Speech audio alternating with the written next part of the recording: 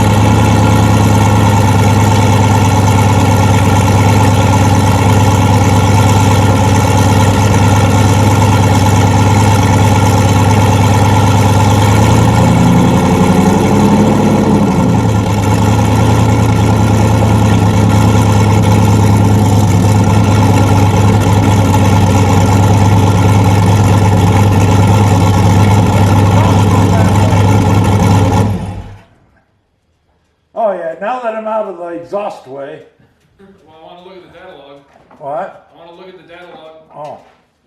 Yeah, once you rubbed it up, it's like, oh my God. It's like an oven sitting over there. Let alone I got a thing for corn on the cob. All right, let me get this so you can see. Looking at the data log from that. Bring the. A lot of people watch that. No, do it this way, do it that way. Oh yeah, I mean, with something like this, there's 100 different ways to do it also. Oh, yeah. But the way we're doing it, you can see here, got into it, RPM came pretty much right up and stayed where we needed it. Although it took about 2 seconds or so to actually hit the limiter, which, you know, that's really not a big deal. And then I got to 4.5 pounds of boost and stayed right there perfectly, 4.5, 4.6. So I was trying to figure out what can I do to make more. So I was looking at the timing, looking at the RPM, thinking maybe I need to put more RPM in it. And I was looking at the duty cycle. Right here on the trans brake boost table. Let me get out of here real quick. So on the outputs, this is the PWM table for the trans brake boost. So you can see everything below 7 pounds of boost, we have it just holding open at 100%, and then about 60% duty cycle at 7 pounds, and then everything above that, it takes the duty cycle right out of it. So that's kind of how we were trying to target 7 pounds, but it only made it to 4.5. So I was trying to think, like, maybe is it something in here? And then I noticed that this little ball was right there. So if we go back here and look at the table, this was also hovering at about 25%, which made me think, maybe my output's not right. Oh, there we go. Never put the trans brake boost output in. So now it should work. Now we should be able to get to 7 pounds, hopefully. So you didn't have your balls in the right place, huh? No. Oh, okay. But I am also going to turn up the two-step to 35 and see what that does. So now we can put this tune in the truck and see what it'll make.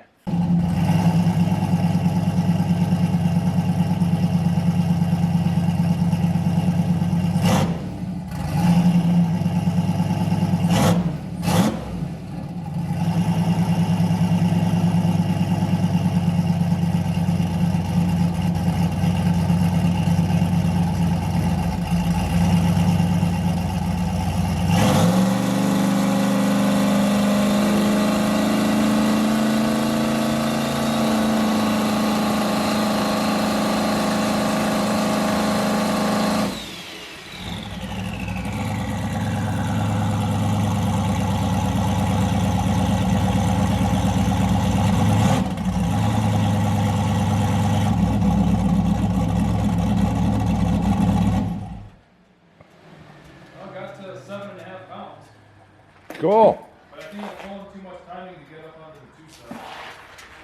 Yeah, I was waiting for it to pop or do something. Yeah, I think I was pulling too much timing. What? I think I was pulling too much timing. Oh. The boost got up there quickly, and the RPM got up to about 34 and then fell back down a little bit. Yeah, I heard it go back down, but I didn't know if it was something you were doing in there. Well, kind of. Alright, looking at the data log from that one, and here you can see this green line is the RPM. As soon as it starts to pull like a bunch more timing, it falls right back down. So this is still the boost timing that I had from the RX-7. I just kind of copied some of this tune over. So it got up to about 3,400, 3,396, and then it started pulling a bunch more timing, and it fell right down to like 3,150. But it made, let's see, 7.5 pounds, 7.6 pounds of boost in 4 seconds, which isn't really too bad. This thing being a big heavy pig, kind of scared to try to launch it on a good surface much more than 8 pounds with the stock axle on the back. I'm going to put a bunch of timing back in it here to see if we can keep the RPM up and hopefully get to that 7 pounds faster and actually reach the 2-step. So we're gonna try that real quick. 1 hour later.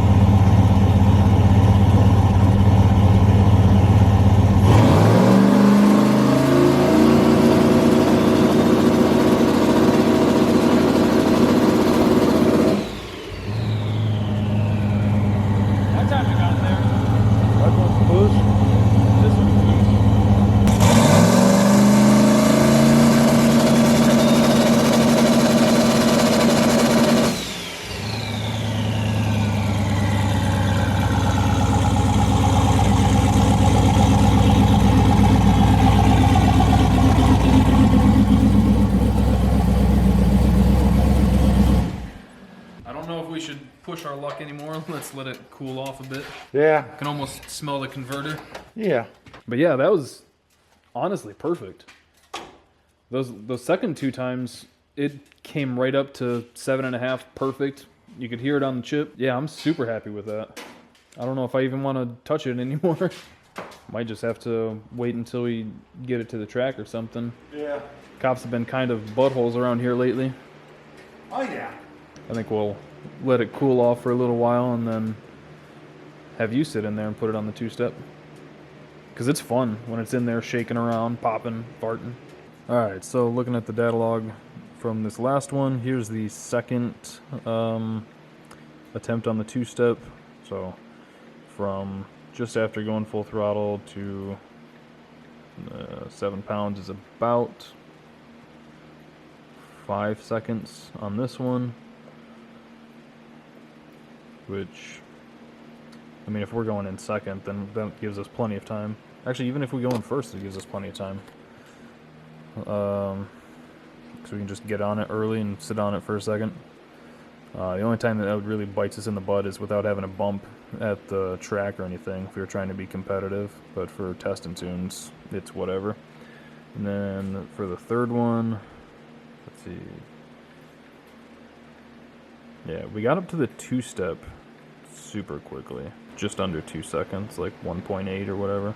And then for the third attempt, it to actual peak boost, which is this white line is boost, about 5 seconds again. So yeah, it was definitely happier with the more timing in it. So I think that's something we got to play around with a lot more. So might try to do that next, but we're gonna let the truck cool off for a while and then try a couple more things. But honestly, I don't want to mess with it too much more until we can start making actual passes with it, because this is fine to start with.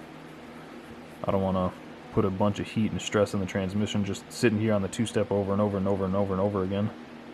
Alright, it should be cooled off enough. You want to try it once? I changed up the timing for the boost, so instead of being like gradually pulling it out, it's getting up to about 2 pounds and then ripping it out, hopefully. I might have screwed it up, so hopefully I didn't.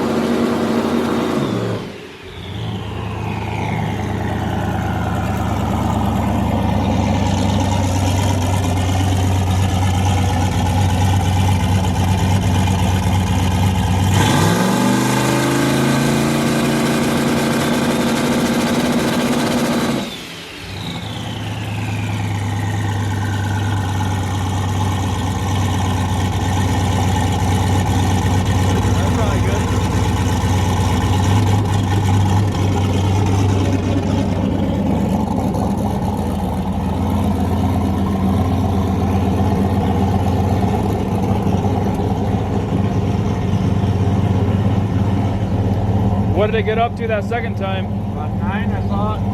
Okay. Cool, cool.